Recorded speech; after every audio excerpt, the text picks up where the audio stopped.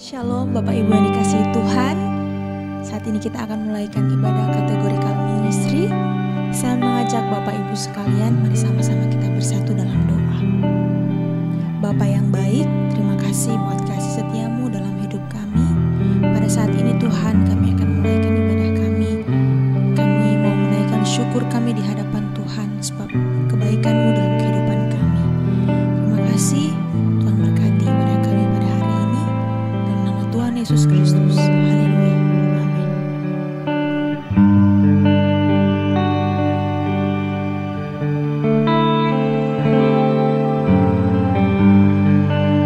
Bersyukur selalu bagi kasih-Mu di dalam hidupku. Entahkan ku ragu atas rencana-Mu untuk masa depanku.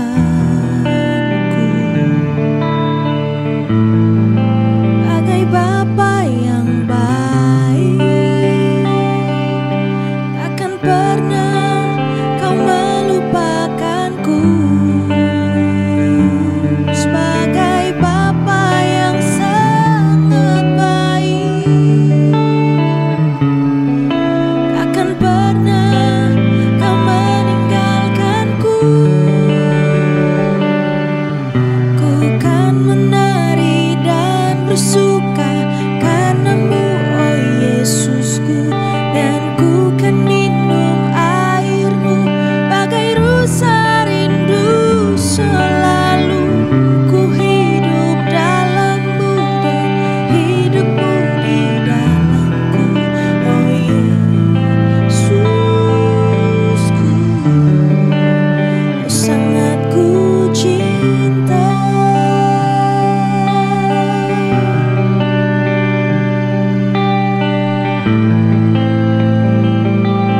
Bersyukur selalu,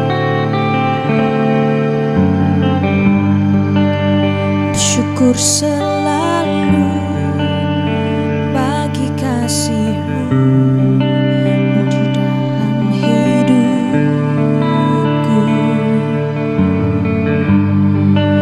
Entahkan ku ragu atas rencana-Mu di masa depanku.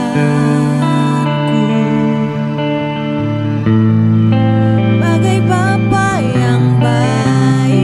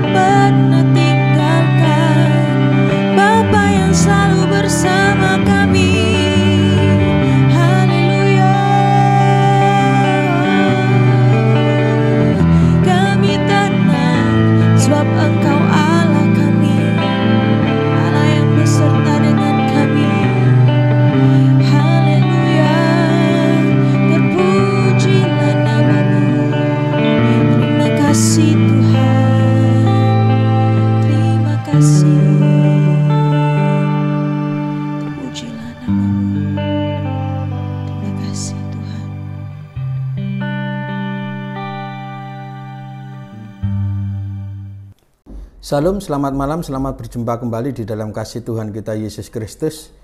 Mari Bapak Ibu, jemaat pemahaman Alkitab yang saya kasih dan yang dikasihi Tuhan. Malam hari ini kita belajar bersama-sama kebenaran firman Tuhan. Saya akan menyampaikan firman Tuhan yang terdapat di dalam surat Rasul Yakobus pasal 1 ayat 2-8. Demikian bunyi firman Tuhan. Saudara-saudaraku, anggaplah sebagai suatu kebahagiaan apabila kamu jatuh ke dalam berbagai-bagai pencobaan. Sebab kamu tahu bahwa ujian terhadap imanmu itu menghasilkan ketekunan. Dan biarlah ketekunan itu memperoleh buah yang matang, supaya kamu menjadi sempurna dan utuh dan tak kekurangan suatu apapun. Tetapi apabila di antara kamu ada yang kekurangan hikmat, hendaklah ia memintanya kepada Allah, yang memberikan kepada semua orang dengan murah hati dan dengan tidak membangkit-bangkit, maka hal itu akan diberikan kepadanya. Hendaklah ia memintanya dalam iman dan sama sekali jangan bimbang, sebab orang yang bimbang sama sekali sama dengan gelombang laut yang diombang-ambingkan kian kemari oleh angin. Orang yang demikian janganlah ia mengira bahwa ia akan menerima sesuatu dari Tuhan, sebab orang yang mendua hati tidak akan tenang dalam hidupnya. Amin. Yang disebut berbahagia adalah kita yang membaca atau mendengar firman Tuhan, merenungkan firman itu, menyimpannya di dalam hati dan belajar untuk melakukan di dalam kehidupan kita sehari-hari. Karena ini adalah pemahaman Alkitab, saya akan menyampaikan latar belakang daripada penulis. Penulis surat Yakobus ini adalah Yakobus, adik kandung lelaki daripada Tuhan Yesus. Di mana kita bisa tahu kalau itu adik kandungnya daripada Tuhan Yesus. Kalau kita membuka di dalam Galatia pasal 1 ayat yang ke-9 seperti dikatakan demikian. Seperti yang telah kami katakan dahulu, sekarang kukatakan sekali lagi, jikalau ada orang yang memberitakan kepadamu suatu Injil yang berbeda dengan apa yang telah kamu terima, terkutuklah dia. Bapak Ibu yang saya kasih dalam nama Tuhan Yesus Kristus, di sini saya akan menunjukkan bahwa Yakobus ini adalah benar-benar adalah rasul yang diutus oleh Tuhan untuk menyampaikan suratnya kepada jemaat yang pada waktu itu tersebar keluar daripada Yerusalem karena adanya penganiayaan. Karena mereka orang Kristen pada waktu itu sedang dikejar-kejar dan ditangkap untuk dimasukkan di dalam penjara. Kalau kita perhatikan setelah kematian Stefanus ya di dalam Kisah Para Rasul pasal yang ke-17, di situ menunjukkan mulailah pergerakan tentang bagaimana orang-orang Kristen mulai dipegang dan dianiaya, dimasukkan ke dalam penjara. Nah, inilah yang membuat orang-orang Kristen yang ada di Yerusalem pada waktu itu, mereka keluar dari Yerusalem dan tersebar. Dan surat Rasul Yakobus ini ditujukan kepada orang-orang Kristen yang tersebar, ke-12 suku yang tersebar ya di luar daripada Yerusalem. Dikatakan ya Yakobus juga mempunyai saudara kandung yang lain, yaitu Yoses, Yudas, dan beberapa saudari perempuan. Itu terdapat di dalam, kalau kita membaca di Matius pasal 13 ayat yang ke-55, dikatakan demikian. Bukankah ini anak tukang kayu? Bukankah ibunya bernama Maria? Dan saudara-saudaranya Yakobus, Yusuf, Simon, dan Yudas. Dan bukankah saudara-saudaranya perempuan semua ada bersama kita? Jadi dari mana diperolehnya semuanya itu? Jadi di sini ini pada waktu itu orang-orang yang ada di sekitar Nazaret mempertanyakan tentang kuasa yang diterima oleh Tuhan Yesus. Bagaimana Tuhan Yesus kok bisa memiliki kuasa, dan orang-orang Nazaret pada waktu itu mengenal Yesus sebagai anak tukang kayu dan saudara-saudaranya termasuk Yakobus. Nah, surat Yakobus ini ditujukan kepada orang Kristen yang tersebar di seluruh negeri, ya di seluruh negeri di luar daripada Israel pada waktu itu karena adanya penganiayaan orang Kristen yang ada di Yerusalem. Stefanus dibunuh setelah Stefanus dibunuh, semakin banyak orang Kristen di Yerusalem ditangkap, dianiaya, dimasukkan penjara. Ketika Stefanus dibunuh, Saulus ada di situ untuk menjadi saksi pada waktu itu. Kalau kita lihat pembacaannya di dalam Kisah Para Rasul pasal 7 ayat yang ke-58 mengatakan mereka menyeret dia keluar kota lalu melemparinya, dan saksi-saksi meletakkan jubah mereka di depan kaki seorang muda yang bernama Saulus. Jadi ketika kematian Stefanus pada waktu itu, setelah Stefanus dijatuhi hukuman untuk dibawa keluar kota dirajam batu, Saulus pada waktu itu ya anak muda yang bernama Saulus, yang setelah dia mendapatkan penglihatan dan mengalami perjumpaan secara pribadi dengan Tuhan, ya kemudian berganti nama dengan Paulus. Nah, Bapak Ibu yang saya kasihi dalam nama Tuhan Yesus Kristus, selain itu Yakobus juga dikenal sebagai orang yang saleh dan menduduki posisi yang penting di Yerusalem.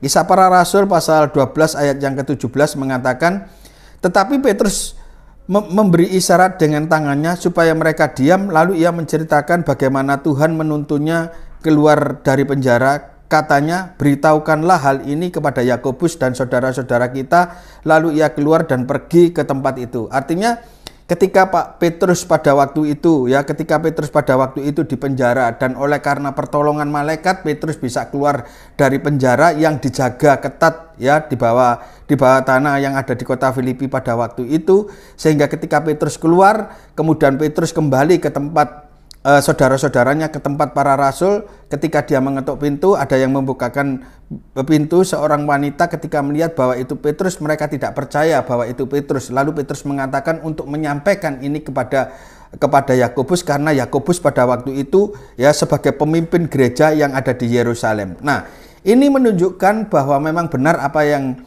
yang disampaikan ini, bahwa Yakobus ini adalah seorang pemimpin gereja di Yerusalem pada waktu itu. Dalam pembacaan ini ya, Alkitab tidak memaparkan bahwa Allah bekerja dalam kehidupan umatnya. Alkitab ini telah memaparkan bahwa Allah telah bekerja dalam kehidupan umatnya, dan Allah menggunakan pergumulan atau dalam bahasa Yakobus dikatakan pencobaan-pencobaan hidup untuk membentuk dan mendewasakan mereka. Artinya mendewasakan jemaat.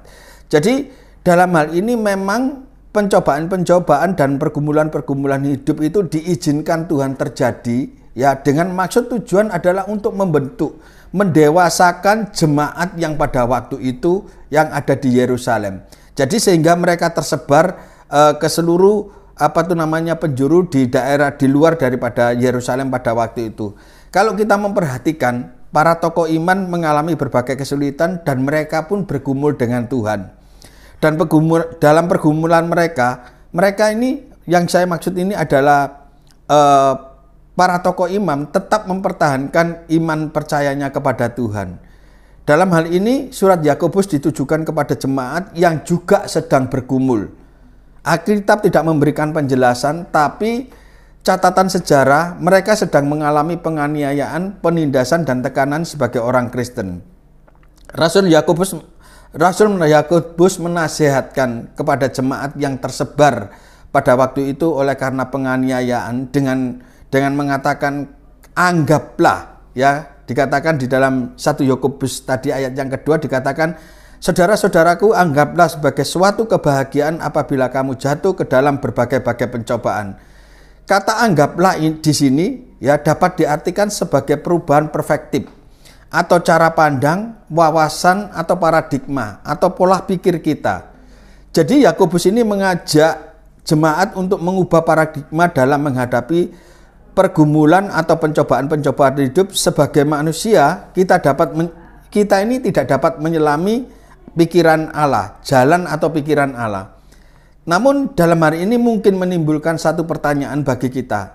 Apakah Rasul Yakobus ini tidak salah di dalam menuliskan surat ini kepada ke-12 suku yang tersebar ya, yang terserak di daerah Yerusalem dan di sekitarnya. Dikatakan anggaplah sebagai suatu kebahagiaan apabila kamu jatuh ke dalam berbagai-bagai pencobaan. Bukan satu pencobaan, kalau diperhatikan di sini berbagai-bagai pencobaan. Bagaimana sih secara praktisnya kata-kata ini bisa kita terjemahkan?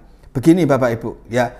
Mungkin kalau boleh saya katakan, masa pandemi yang lalu banyak mengakibatkan orang-orang jatuh di dalam berbagai-bagai macam pencobaan. Misalnya contoh, ya, karena adanya pandemi dikeluarkan dari perusahaan karena pengurangan karyawan. Setelah itu di rumah istri sakit, dalam keadaan istri sakit, ya, beras di rumah nggak ada, kemudian mau makan nggak punya beras. Di sisi lain, rumah kontrakan habis. Apakah hal yang semacam ini bisa dikatakan sebagai satu kebahagiaan? Namun kalau kita memperhatikan dan mempelajari, ternyata ini adalah, ya, yang dikatakan oleh Yakobus ini adalah sebuah perspektif atau cara pandang wawasan atau cara pandang pikiran kita. Jadi di dalam hal ini Yakobus mengajak jemaat untuk mengubah paradigma dalam menghadapi pergumulan-pergumulan atau yang dikatakan di sini pencobaan-pencobaan. Sebagai manusia kita tidak dapat menyelami pikiran Allah. Namun hal yang harus kita perhatikan dan kita yakini dan kita imani bahwa Allah itu baik dan bahwa Dia itu tidak pernah merancangkan yang jahat atas kehidupan orang yang percaya kepadanya. Kita harus ingat bahwa Allah tidak pernah bermaksud dan bertujuan jahat terhadap umatnya. Hal ini, ya, telah dibuktikan melalui pengorbanan Yesus di kayu salib. Tindakan kasih Allah ini hendaklah mengubah pandangan kita tentang pergumulan. Bahkan kalau kita berbicara tentang pencobaan, Rasul Paulus juga menulis di dalam 1 Korintus pasal 10 ayat yang ke-13 mengatakan bahwa pencobaan-pencobaan yang kita alami ini, ya, ialah pencobaan-pencobaan biasa yang tidak melebihi atau melampaui kekuatan kita manusia.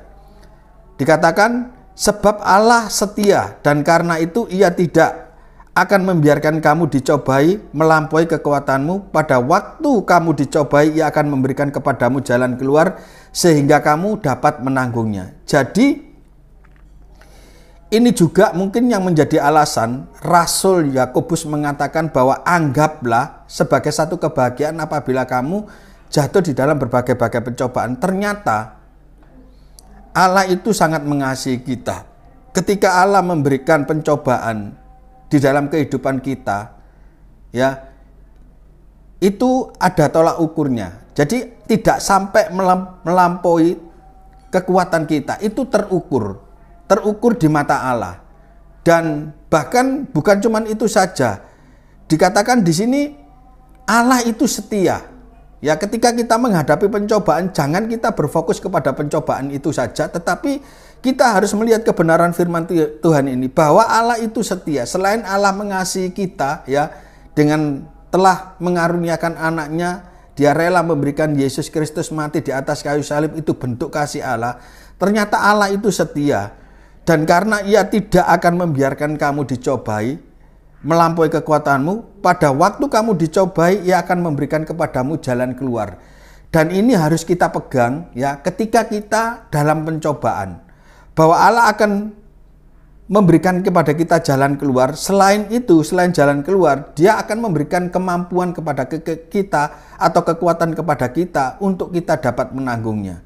Jadi Bapak Ibu yang saya kasih dalam nama Tuhan Yesus Kristus, jika kita saat ini mengalami pergumulan atau pencobaan dalam bahasa yang ditulis oleh Yakobus ini, Allah itu telah membawa kita kepada tujuan positif. Apa itu? Yang pertama, ya, dikatakan di ayat yang ketiga bahwa sebab kamu tahu bahwa ujian terhadap imanmu itu menghasilkan ketekunan. Jadi dari pencobaan-pencobaan yang Allah izinkan terjadi di dalam kehidupan kita, maksud dan tujuan Allah itu adalah yang pertama, ujian itu menghasilkan ketekunan. Ternyata pencobaan-pencobaan yang kita alami itu adalah ujian, ya, yang diberikan Allah kepada kita. Kalau kita memperhatikan ketika kita masih duduk di bangku sekolah ataupun ketika kita masih di bangku kuliah, ketika kita akan naik, ya, kelas, ya, tentu ada ujian-ujian yang harus kita hadapi. Demikian juga ketika ujian-ujian itu Dia izinkan datang di dalam kehidupan kita oleh Allah, itu adalah ujian yang diberikan Allah untuk kita itu menghasilkan sesuatu. Dari ujian itu, ya, dari ujian itu Allah berharap akan menghasilkan sesuatu. Ternyata dari kitab Yakobus ini kita bisa mengetahui bahwa ketika ujian itu diberikan, Allah bermaksud adalah melalui pencobaan itu supaya kita ini menjadi orang-orang yang tekun di dalam Tuhan. Kata tekun di sini artinya mencari Tuhan secara kontinu, mencari Tuhan secara konsisten, secara terus-menerus tanpa berkeputusan. Dan kita tahu memang kebanyakan karakter daripada orang-orang Kristen atau orang-orang percaya, ketika hidupnya diberkati, ya banyak di antara kita ini yang lupa dengan Tuhan. Sehingga kita berada di zona nyaman karena berkat itu kita lupa beribadah, kita lupa membaca firman Tuhan, kita lupa bersekutu, kita lupa melayani. Dan melalui pencobaan-pencobaan itu biasanya ya, ketika gereja ini penuh, bisa dipastikan bahwa orang yang datang di gereja ini adalah orang yang bermasalah semua, memiliki banyak masalah, dan itu bisa dipastikan demikian. Kebanyakan, walaupun tidak keseluruhan, ya kebanyakan begitu. Nah, ketika orang dalam pencobaan dia akan tekun terus mencari Tuhan. Inilah yang dimaksudkan Tuhan bahwa di tengah pencobaan itu ya, bahwa ujian itu terhadap ujian imanmu itu menghasilkan ketekunan. Jadi Allah ingin ya melalui pencobaan-pencobaan kita ya, yang kita alami, iman kita itu bertumbuh dan kita ini memiliki ketekunan. Kalau kita memperhatikan para tokoh Alkitab bisa memiliki iman yang teguh dan kuat karena mereka bertekun dalam mengikut Tuhan. Walaupun mereka menghadapi berbagai kesulitan atau ketidakmengertian tentang apa dan mengapa berbagai peristiwa ini terjadi di dalam kehidupan mereka. Namun para tokoh iman ini tidak membiarkan semuanya itu meruntuhkan iman dan kepercayaan mereka kepada Allah. Sebaliknya mereka tetap percaya kepada Allah dan mencapai tujuan yang Allah maksud. Apa? Contohnya gimana? Contohnya Sadrak, Mesak, dan Abednego. Ya, ketika dia disuruh menyembah kepada patung Raja Nebukadnezar, dia menolak. Dikatakan di dalam Daniel pasal 3 ayat 16 sampai ayat yang ke-18, lalu Sadrak, Mesak, dan Abednego menjawab, Raja Nebukadnezar, tidak ada gunanya kami memberi kepada Tuanku dalam hal ini, memberi jawab kepada Tuanku dalam hal ini. Jika Allah yang kami puja sanggup melepaskan kami, maka ia akan melepaskan kami dari perapian yang menyala-nyala itu dan dari dalam tanganmu ya Raja. Tetapi dikatakan di sini ya ayat yang ke-18, tetapi seandainya tidak, hendaklah Tuanku mengetahui ya Raja bahwa kami tidak akan memuja dewa Tuanku dan tidak akan menyembah patung emas yang Tuanku dirikan. Di sini adalah bentuk ya dari ketekunan itu, sehingga iman mereka ini menjadi kuat di dalam Tuhan. Sekalipun di depan mata mereka, nyawa mereka ini yang menjadi taruhannya, tetapi mereka tetap mempertahankan iman percayanya kepada Tuhan dengan tidak mau menyembah kepada patung Raja Nebukadnezar yang telah dibuat oleh Raja Nebukadnezar. Kemudian kalau kita memperhatikan juga Yusuf, bagaimana saudara-saudaranya pada waktu itu ya berusaha untuk membunuh Yusuf dan akhirnya memasukkan ke dalam sumur dan menjualnya kepada musafir, dan sampai akhirnya ceritanya Yusuf sampai masuk penjara, difitnah masuk penjara. Kemudian sampai pada akhirnya Yusuf menjadi orang nomor 2 di Mesir pada waktu itu.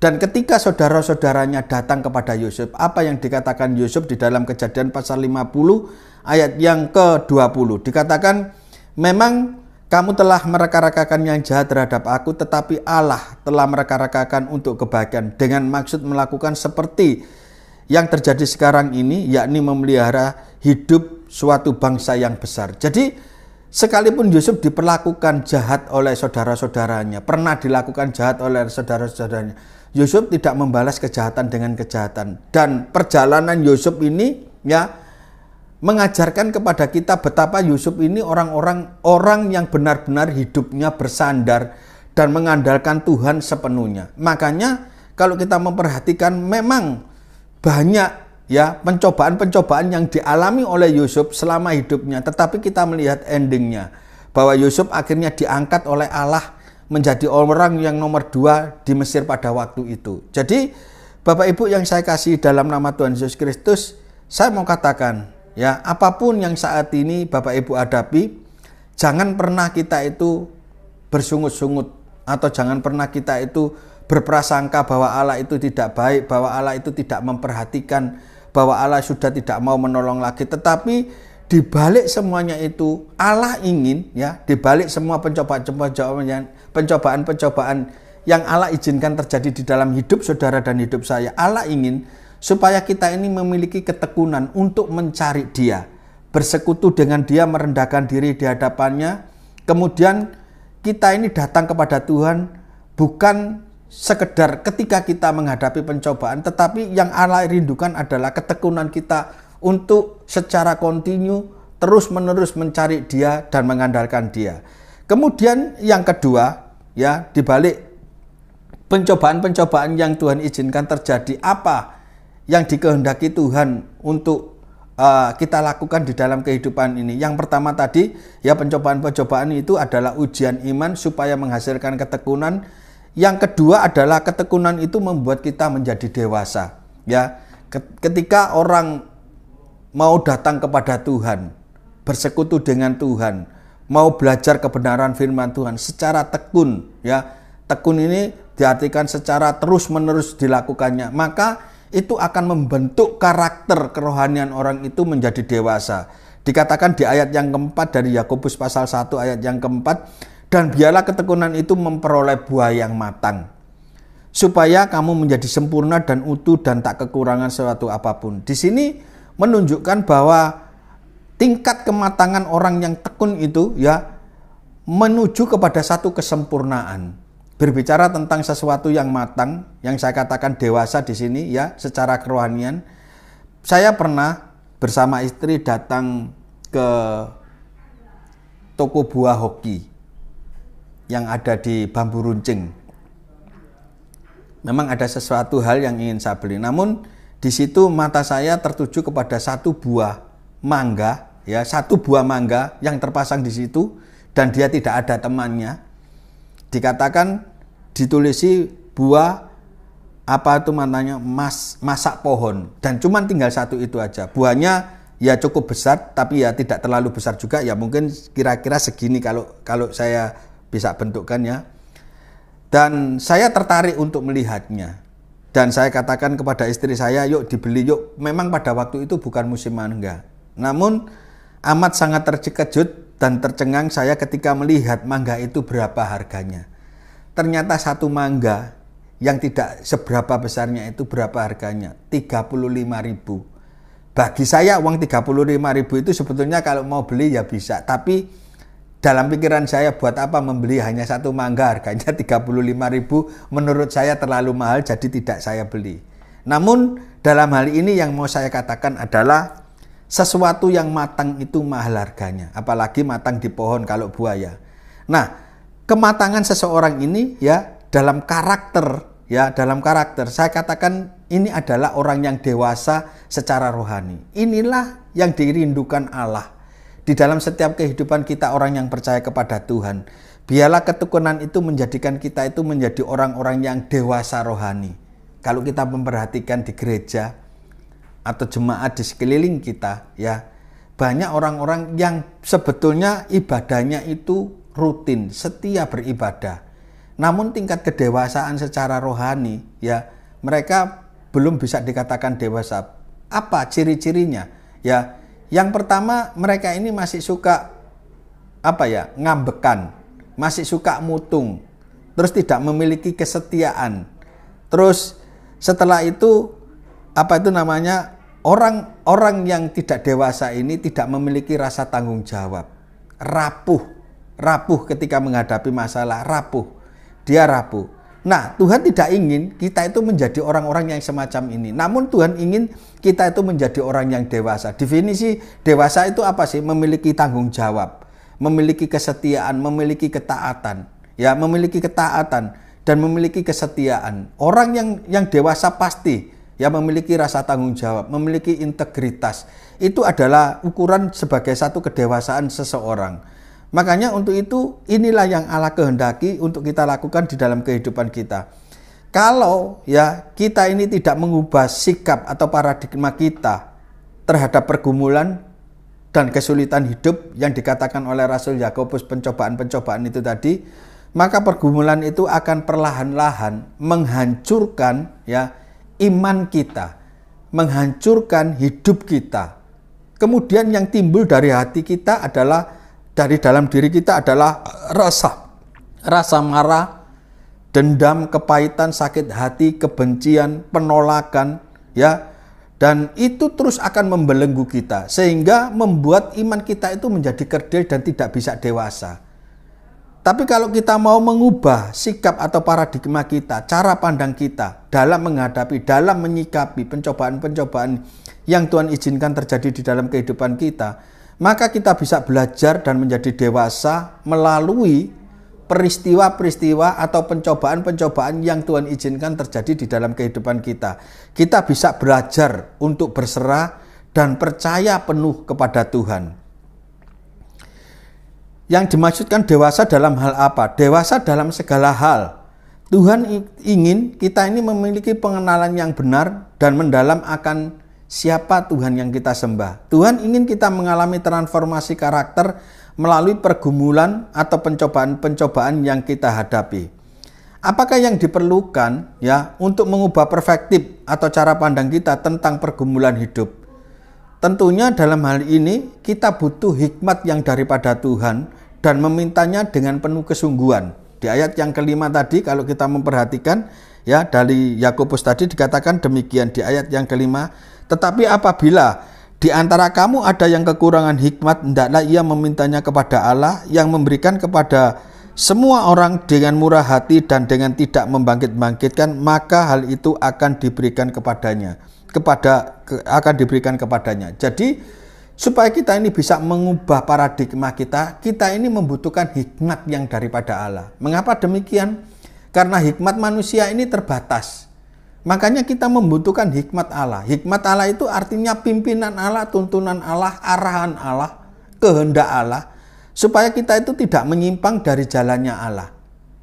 Melalui pergumulan itu supaya kita mengerti akan maksud dan kehendak Allah di dalam kehidupan kita. Dengan hikmat kita bisa tetap meyakini bahwa Allah itu tidak bermaksud buruk di dalam hidup kita. Yeremia mengatakan 29 ayat 11, sebab aku ini mengetahui rancangan-rancangan apa yang ada padaku mengenai kamu, demikianlah firman Tuhan, yaitu rancangan damai sejahtera dan bukan rancangan kecelakaan, untuk memberikan kepadamu hari depan yang penuh harapan.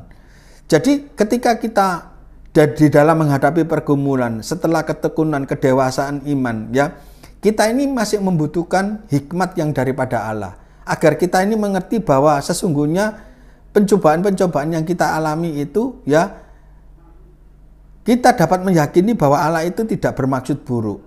Ya melalui kebenaran firman Tuhan di dalam Yeremia tadi kita tahu bahwa rancangan Allah terhadap kita itu adalah rancangan yang membawa kita kepada hari depan yang penuh harapan. Yang kedua adalah kita boleh mengerti akan rencana Allah. Di dalam Pengkhotbah pasal 3 ayat yang ke-11 dikatakan ia membuat segala sesuatu indah pada waktunya.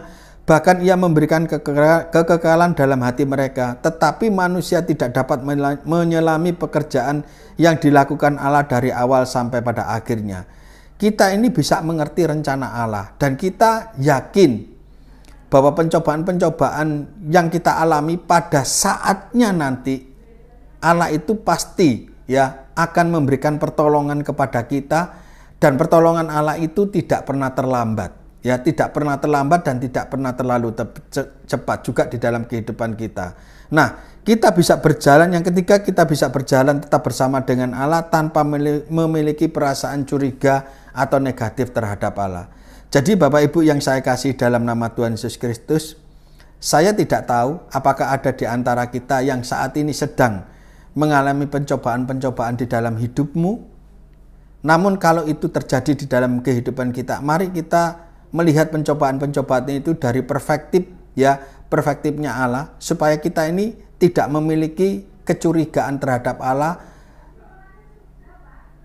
yang tidak baik atau kecurigaan kepada Allah tentang sesuatu yang negatif atas diri kita. Namun ketika pencobaan itu diizinkan, itu adalah ujian iman yang harus ya kita lewati, yang harus kita lalui untuk supaya kita bisa naik level ke yang berikutnya, ya, ke tingkatan yang berikutnya. Dan ujian iman itu ternyata di balik ujian iman Allah memiliki maksud bahwa supaya ujian iman itu menimbulkan ketekunan, dan biarlah ketekunan itu dapat mendewasakan manusia rohani kita sehingga kita ini dapat mencapai satu kesempurnaan seperti yang diinginkan Allah di dalam setiap kehidupan orang-orang yang percaya kepada Tuhan, sehingga melalui kedewasaan kehidupan kita sebagai orang yang percaya dimanapun kita berada.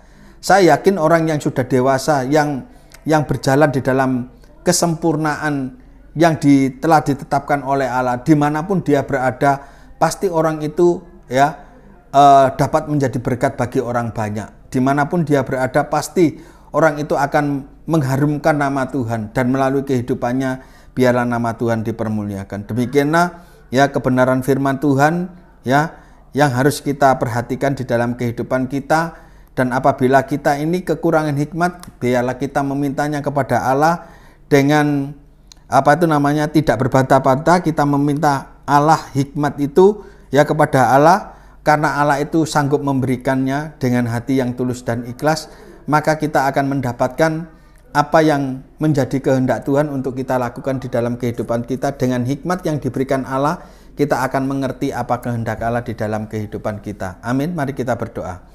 Kami mengucap syukur Tuhan buat malam yang indah ini, karena kembali kami masih diberikan kesempatan untuk kami boleh belajar kebenaran firman-Mu. Biarlah firman yang kami terima hari ini dapat menguatkan iman percaya kami dalam pengiringan kami kepadamu. Berkati setiap jemaat-Mu yang mengikuti pemahaman Alkitab saat ini. Tuhan memberkati dalam kehidupan rumah tangganya, hidup nikahnya, usaha pekerjaannya, pelayanannya, studi anak-anaknya, kesehatannya. Tuhan berkati dengan berkat panjang umur.